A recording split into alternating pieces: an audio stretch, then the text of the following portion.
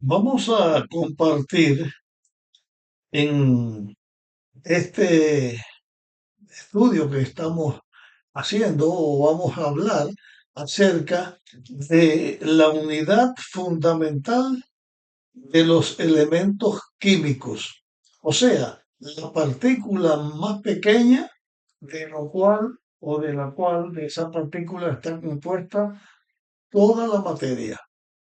La materia ya nosotros hemos visto que eh, puede ser sólida, puede ser líquida, puede ser gaseosa. La materia tiene distintas formas. La materia está compuesta de distintas cosas. Por ejemplo, ya te dije dice sólida, líquida, puede ser, por ejemplo, el hierro, la tierra, el oro, pero puede ser también el agua, o sea, cualquier tipo de químico, o puede ser gaseosa. Y ya de eso hablamos en el tema anterior, que tiene cada una de estas cosas sus leyes. Pero bueno, aquí esa unidad básica se refiere al, al átomo. El átomo, por lo tanto, es la base fundamental, es la partícula, eh, el componente de lo cual se compone toda la materia. Y toda la materia tiene átomos. Y esos átomos son distintos unos de otros. Pero cuando yo dije que el átomo es lo más pequeño, voy a hablarle ahora del átomo de hidrógeno, que es el átomo más pequeño que existe. Tiene un núcleo, que es el protón, corriente eléctrica positiva. Tiene un electrón, que es corriente eléctrica negativa. Pero como que los polos opuestos se atraen, y esta es una ley de la naturaleza. Los polos opuestos, ya sean del átomo o de lo que sea. Por ejemplo, polos opuestos que se atraen, un hombre siente atracción por una mujer. Normalmente, una mujer siente atracción por un hombre. En el mundo animal es así. Eso es una ley. Los polos opuestos se atraen. Entonces, como que este átomo de hidrógeno tiene un protón y un electrón y se atraen, pues si se unen, el átomo se desintegra, explota, deja de existir. Necesita un elemento que equidistante del protón y del electrón. Ese elemento se llama neutrón. Neutrón porque no es ni positivo ni negativo. Es un elemento que está entre el electrón y el protón.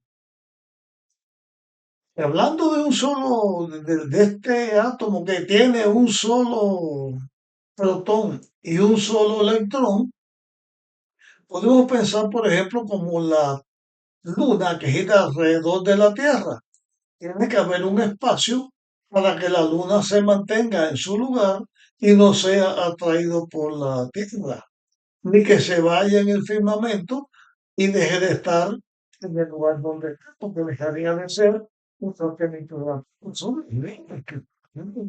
en el universo. Bien, en el átomo, ese elemento que está equidistante es el neutrón.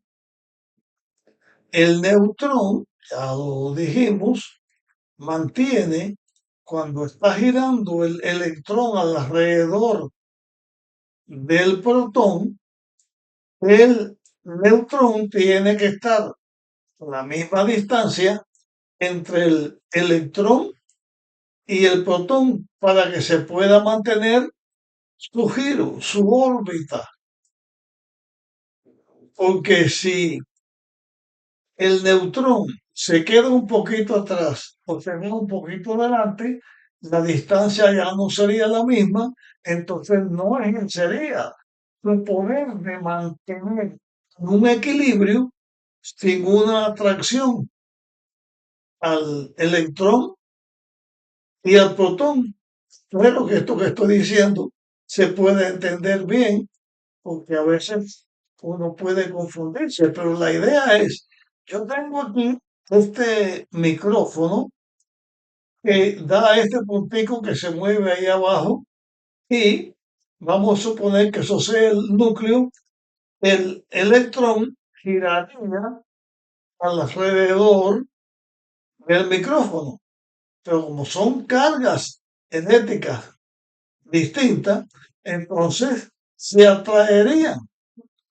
Para que no se atraigan y el núcleo pueda existir como tal, tiene que haber otro elemento, que es el neutrón, que gira junto, se mantiene girando junto para que el átomo se mantenga íntegro, no se desintegre, y si el átomo se desintegra todo.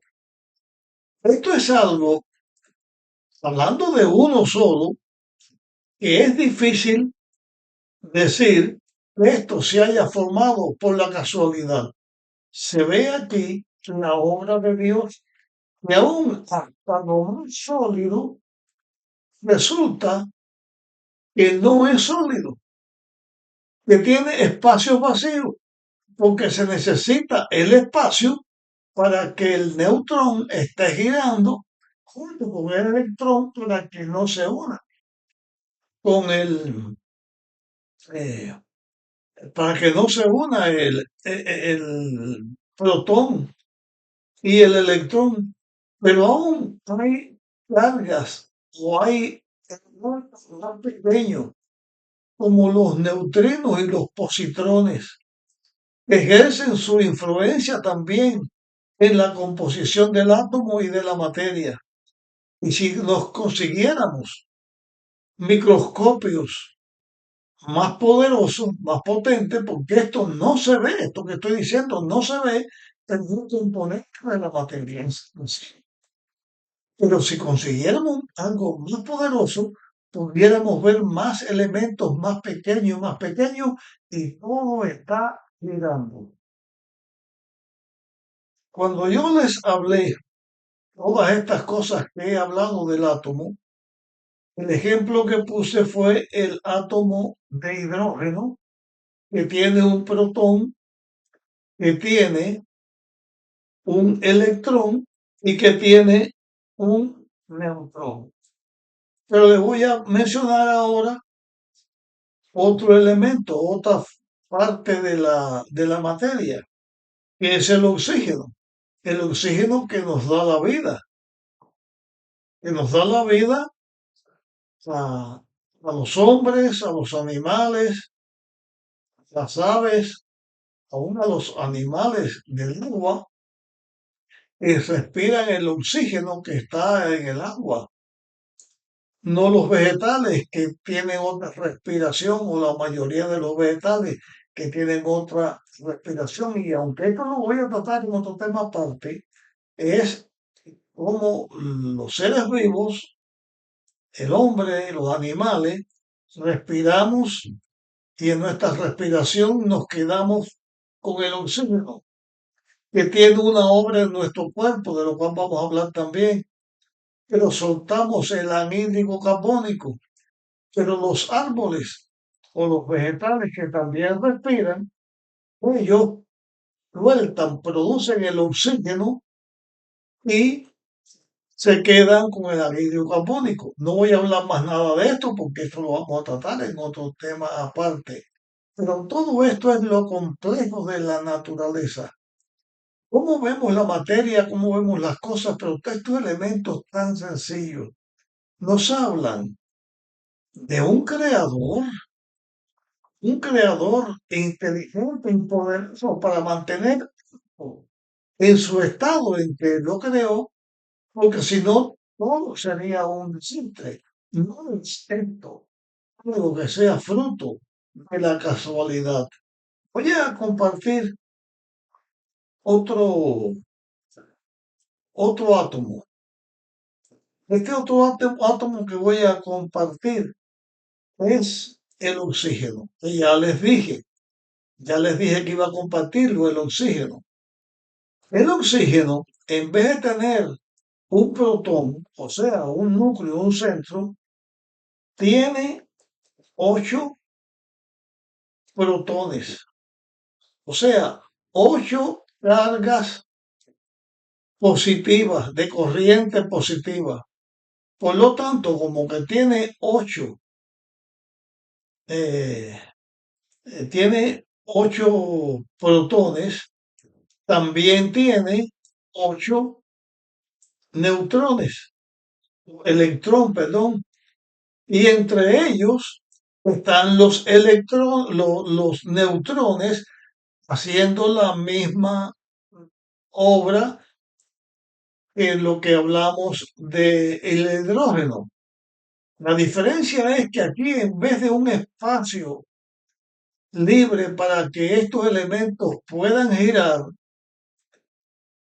en vez de uno, tendríamos 8 espacios. O sea, este mismo átomo tendría 8 espacios. Quiere decir que el oxígeno tiene espacios vacíos para que el protón, el electrón y los neutrones puedan girar. Pero voy a hablarles, ya por último, para terminar este tema, voy a hablarles de otro elemento, de otra materia que existe, o un metal que existe, porque cada cosa que existe tiene sus propias leyes, propios átomos, sus propios componentes. Y ahora les hablo del oro. Un átomo de oro tiene 79 protones. Por lo tanto, tiene 79 electrones. Ese átomo de oro, 79, se necesita un espacio donde haya 79 electrones. Donde estén los 79 electrones, la carga de corriente negativa que forma ese átomo. Pero en este caso, el oro tiene 118 neutrones, o sea, 79 y 79 y 118 neutrones. Esto nos enseña, uno mira el oro, ese metal compacto, pues tiene hueco, tiene espacio vacío porque necesita un espacio para que sus 79 electrones giren alrededor de los 79 protones y los consiguientes neutrones girando entre ellos, y cada uno con sus neutrinos, sus positrones y todos los demás elementos que componen la materia. Yo dejo aquí esto porque mi interés no es estar hablando de cómo están compuestos o cómo es el átomo de cada materia, sino que podamos comprender que la materia, que está compuesto por átomos, es el elemento más pequeño, tiene esta complejidad y giran sus elementos igual que giran los astros en el universo. Y tiene sus leyes para mantener su composición, su distancia, para mantener sus elementos de tal manera que no se unan